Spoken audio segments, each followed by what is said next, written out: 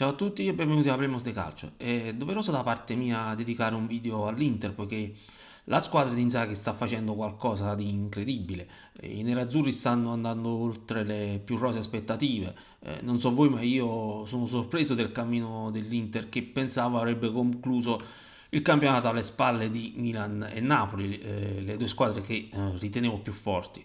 Evidentemente mi sono sbagliato e anche di grosso. Questo sarà un anno memorabile per l'Inter che può sicuramente fare meglio del Napoli dell'anno scorso, ossia vincere il campionato con 16 punti di distacco, ma con più di 16 punti di distacco, ma difficilmente battere il record dei 102 punti della Juventus che fece ben 17 punti in più rispetto alla seconda, ovvero la Roma, era il campionato 2013-2014.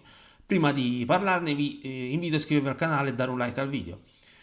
Come può una squadra nel giro di pochi mesi trasformarsi completamente? Prima di provare a rispondere voglio dare dei numeri. Il primo dato che balza agli occhi è che l'Inter l'anno scorso ha chiuso il campionato al terzo posto con 72 punti.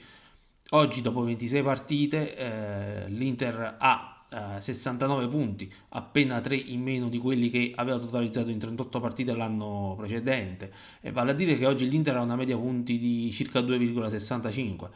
L'anno scorso il Napoli dopo 26 partite aveva 68 punti. Napoli che ha vinto il campionato con 90 punti, ossia una media di circa 2,37 punti a partita, che fino alla 26esima giornata era di 2,61. Ad aprile, dopo la sosta per le nazionali, è iniziato il calo del Napoli con 19 punti in 11 partite, ovvero una media punti di circa 0,58. Ora, se più avanti ci sarà una flessione dell'Inter, sarà perché la squadra è andata avanti in Champions e, visto il vantaggio sulle inseguitrici, potrà tranquillamente gestire le energie, ma anche così non prevede un calo come quello del Napoli, che alla luce dell'attuale campionato era qualcosa di più radicato. Tuttavia, se l'Inter vuole battere il record dei 102 punti della Juventus, il calo non può permetterselo. Anzi, deve dare un'accelerata perché per fare 103 punti serve una media di 2,71 punti a partita. Di qui alla fine del campionato l'Inter dovrebbe fare altri 34 punti, ossia vincere 11 partite e pareggiarne una. Considerate le energie che sottrae la Champions, la vedo difficile anche perché può tranquillamente ambire alla finale.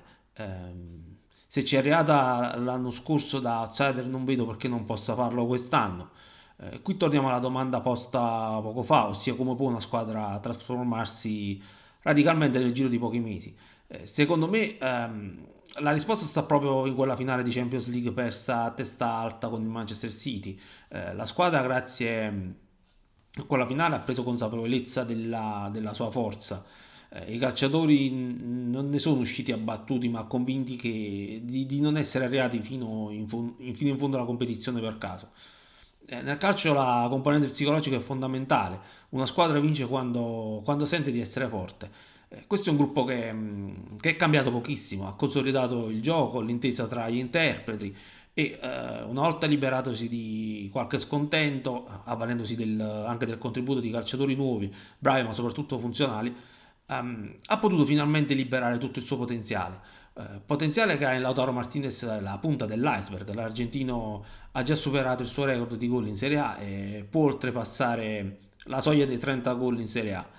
Complimenti all'Inter, io vi saluto, come sempre prima di lasciarvi vi invito a iscrivervi al canale e noi ci vediamo la prossima volta.